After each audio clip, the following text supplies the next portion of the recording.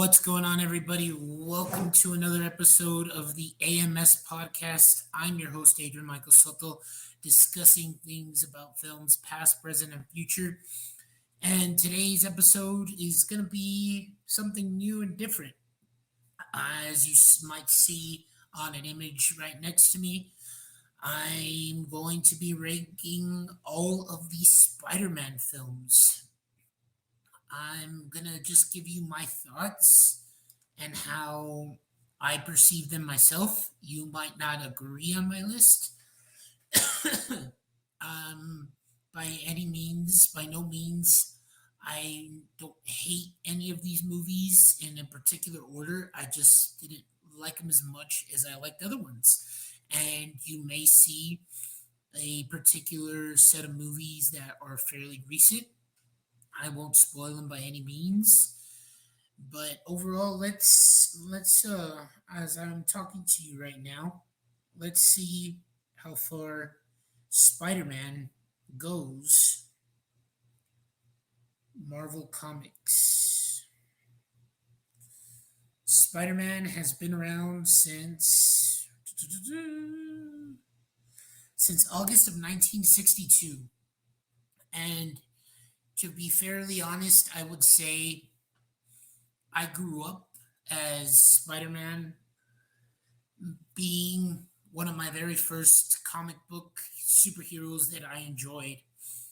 I started out watching the 90s Spider-Man cartoon every Saturday morning, and I could say it was just a part of my childhood that was really interesting to just be watching.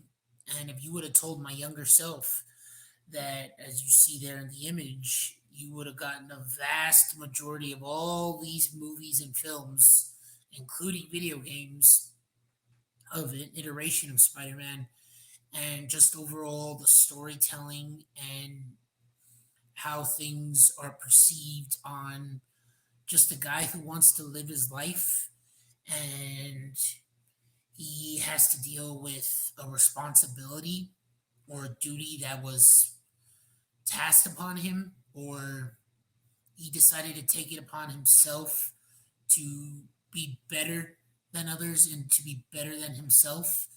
And overall, like I said, each of these actors has, or the way this storytelling has been portrayed, has been just overall really entertaining. And I'm, like I said, when I'm about to go down on the list, go through the list.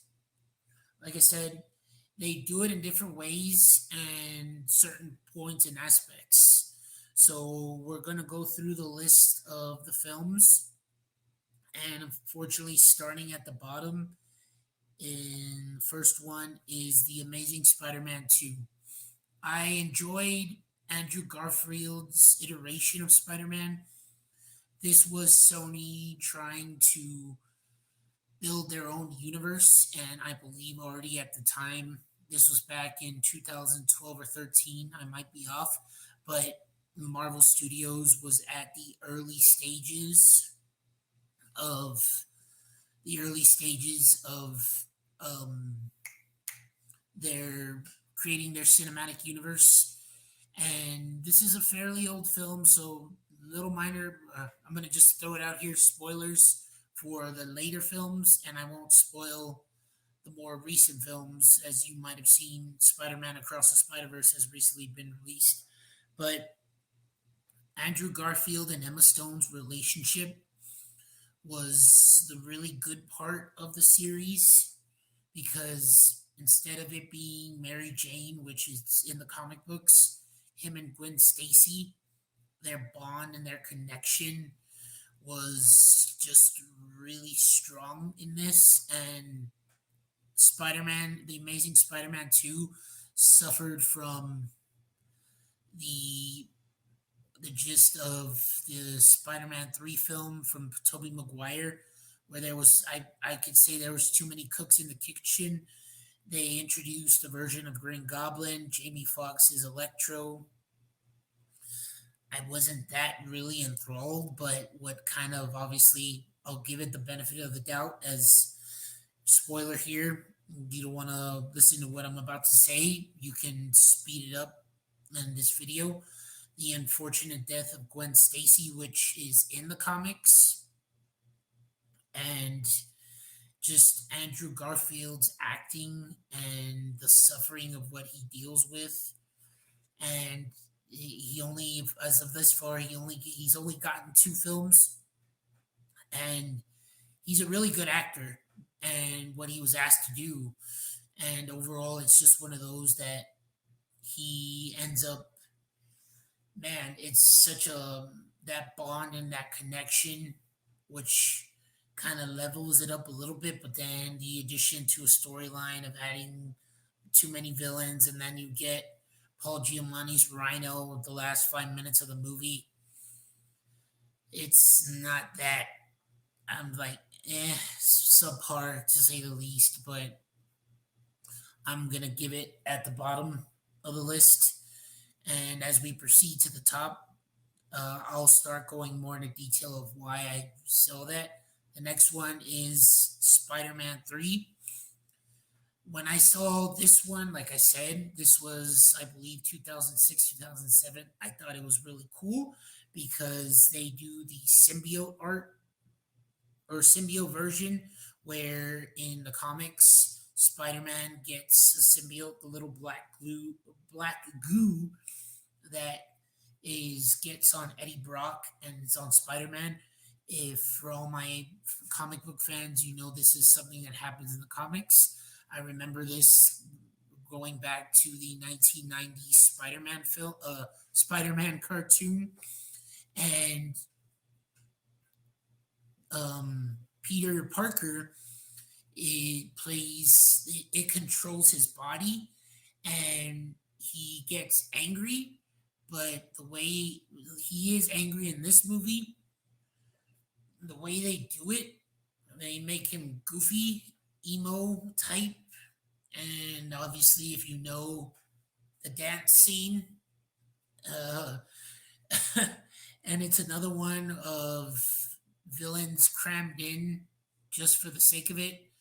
Harry Osborn comes another version of the Goblin, the Sandman, which I thought was good. Then obviously it kind of strays away because they also throw in Venom, makes an appearance. It's the least favorite of the Spider-Man movies that I would say, and overall, it's another not top tier for me. Um, Tobey Maguire's version of Spider-Man, it started off really well from the first two films. Then I'd say it had a few bumps, and then it kind of ended in a way that I felt he could have been given more. But that's my take. By all means, you don't have to agree with me. I know a very good friend of mine would probably have a completely different list. He knows who he is. And let's go ahead and proceed on to the next one. The next one is The Amazing Spider Man. Once again,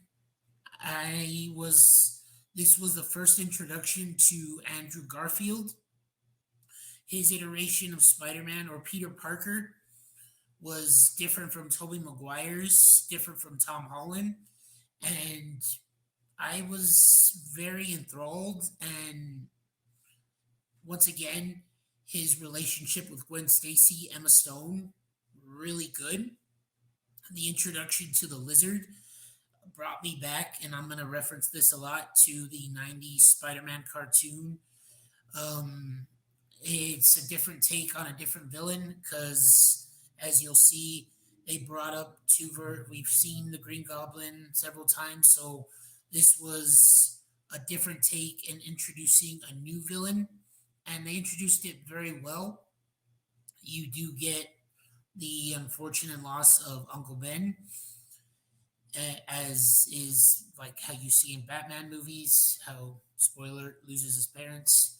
But Andrew Garfield's acting is really good in this one, and especially just his connection to Gwen Stacy and the way I would say, I guess, as time proceeds, if you were just to kind of compare the behind the scenes of the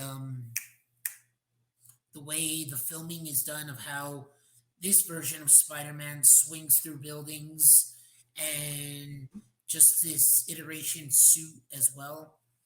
I'd give this one a little bit better, a lot better than the previous two movies I've discussed thus far. And overall, it's enjoyable. I'm not saying it's. I could rewatch it again if I could, and showing a different take. And like I said, Andrew Garfield only had two versions of this.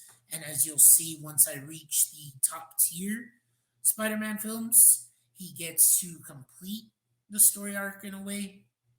And you'll see in a moment once we continue.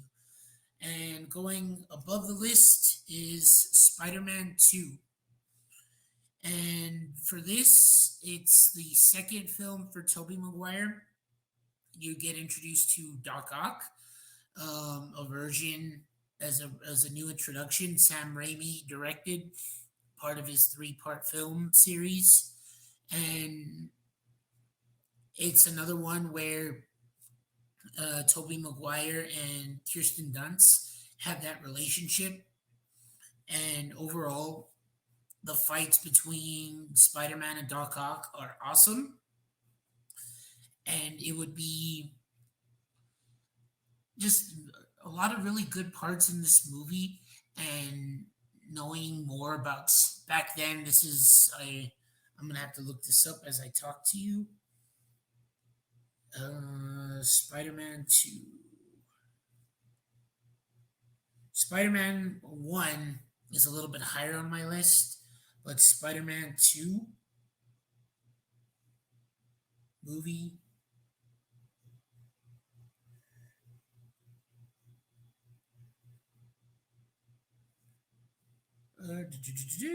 Sorry. 2004, so 2 years after to the 2002 version. And not really knowing back then of how Sam Raimi does his movies. If you all know of Doctor Strange in the Multiverse of Madness, now I see how he does his movies and comic book versions of movies. And his take on Spider Man, don't get me wrong, was really good.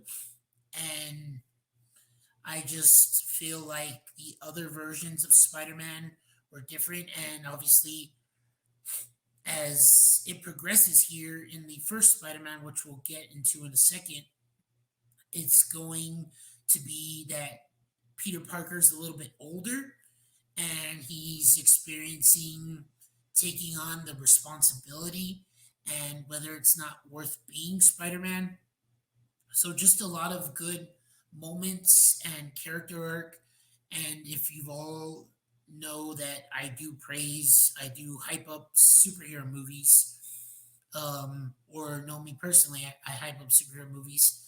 I just felt like this one gives you a little bit more and showing that Stanley created this character because he's given all these flaws and learning from his mistakes and it leading to something that is knowing that he can be just this one person and just show so much charisma and just being that friendly neighborhood guy willing to give it all just for the little guy.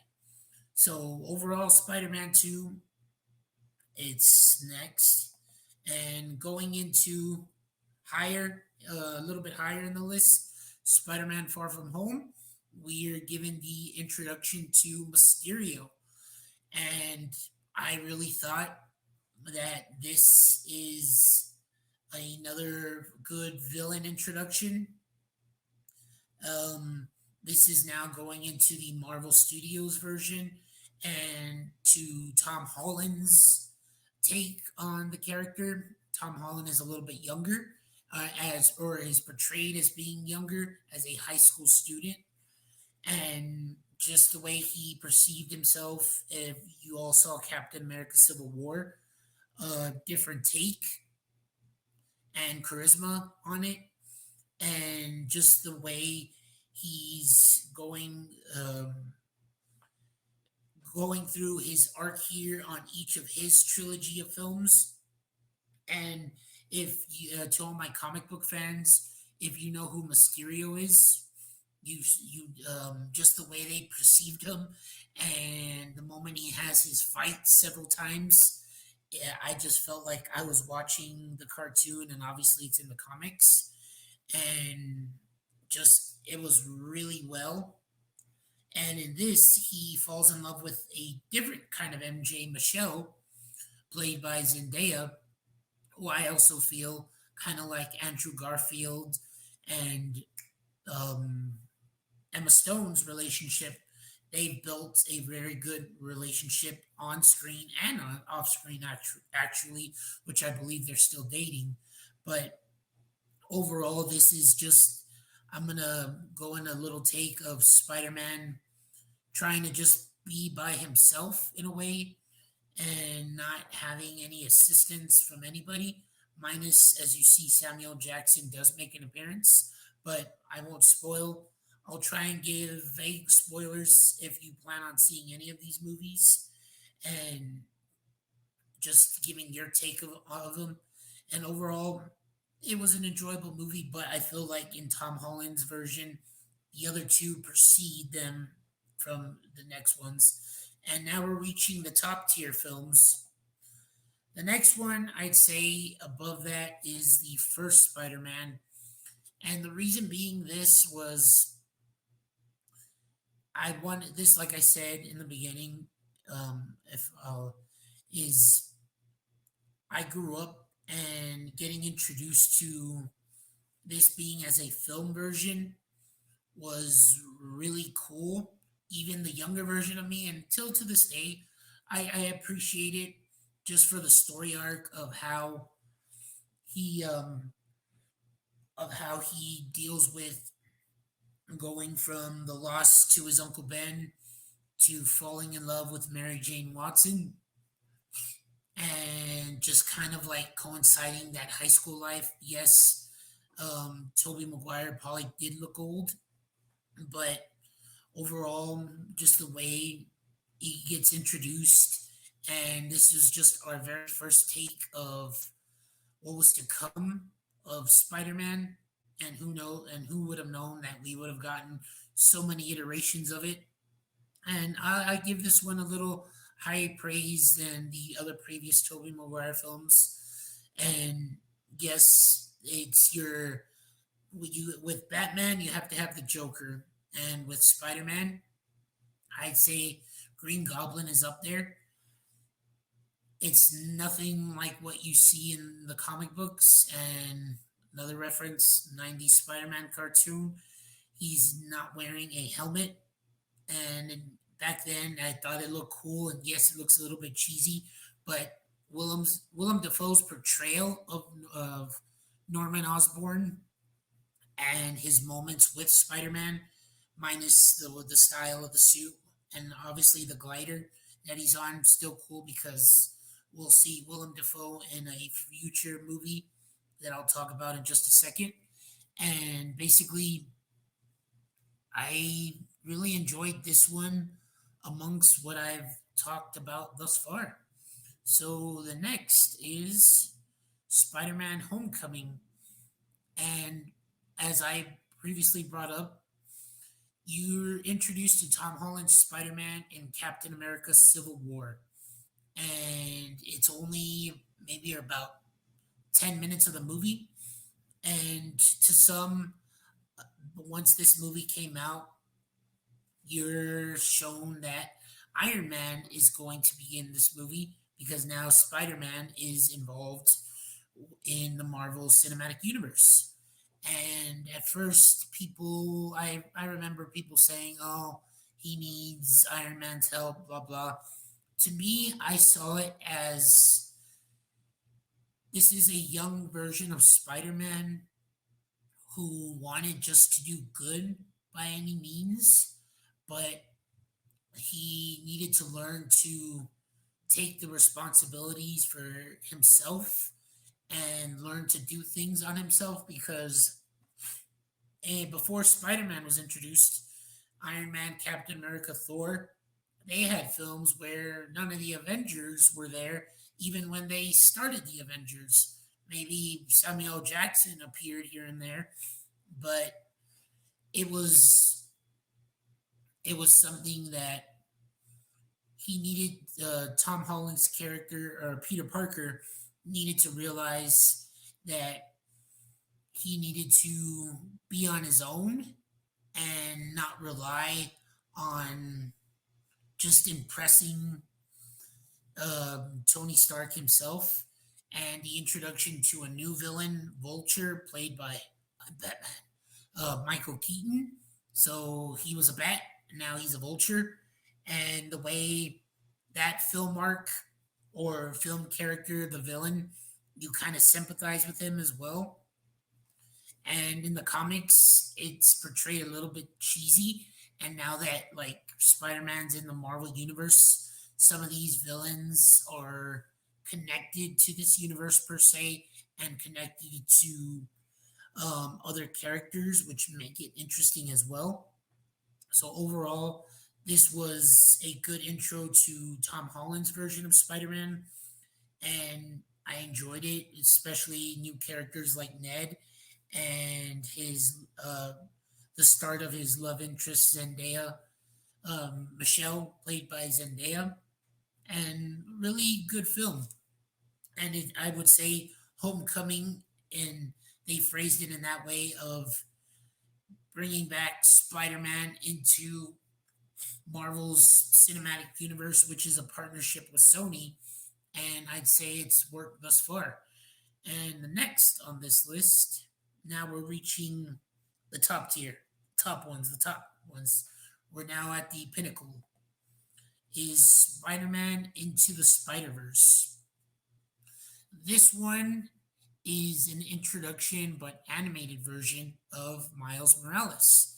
And if you're not familiar with Miles Morales, he was introduced in 2011, and he is a African American Latino character who gets bit by a spider, and it's like a multiverse type thing where he meets other versions of other spider people. The animation in this is awesome.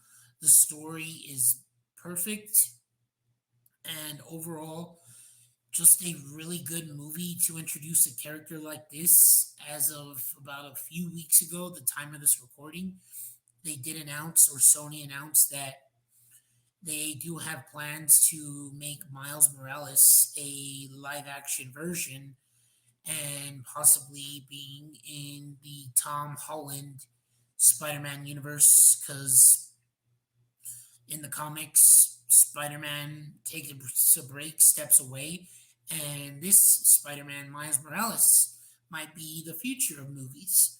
So, really good movie, really a really good animated film.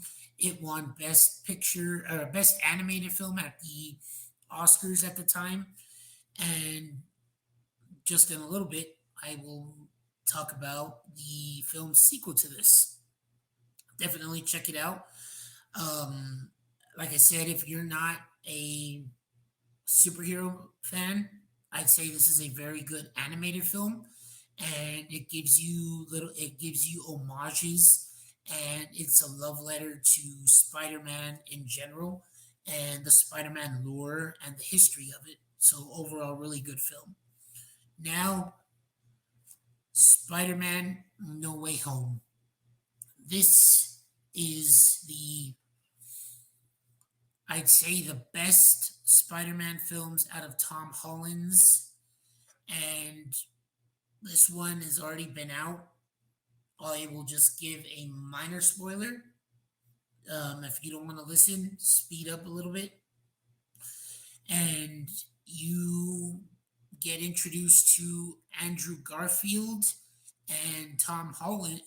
No, Andrew Garfield and Tobey Maguire's Spider Man, and they get brought into Tom Holland's world, and all the villains from all the previous Spider Man movies are in it, and Willem Dafoe gets brought back as the Green Goblin. This movie, I'd say, is almost up there. This was my top Spider Man film of all time, and something surpassed it, as you're about to see in a second. But the inner kid in me, when I saw this film, was just excited. I was emotional because the arcs for Toby's and Andrew's Spider Man bring like a closure per se. There's possibility that they might do future films, but for now, a closure, and you bring homages to the other previous films, and just it was by far fantastic. Yes, you see Doctor Strange in here, and all I'll say is he gets it's a 2 hour plus movie. He's not in it for very long because no, they let Tom Holland figure things out on his own, and it builds the arc of this version of Spider-Man learning to become his own, and it's kind of like a little bit of an origin, but they did it in a 3 arc film series, and just by far really really good. I've seen this one so many times. I definitely need to see. I would see it again in a heartbeat, and just really enjoyable. And as we conclude here, thank you all so much for watching this episode. Let me know what your all thoughts of any of these movies. Plan on seeing any of them? Not your cup of tea? Totally fine. Like I said, film, there is a vast majority of A to Z of so many films to watch, and it's it's one of those where I'd say Spider-Man is a part has been a part of my life and a part of my childhood, as I referenced the 90s cartoon.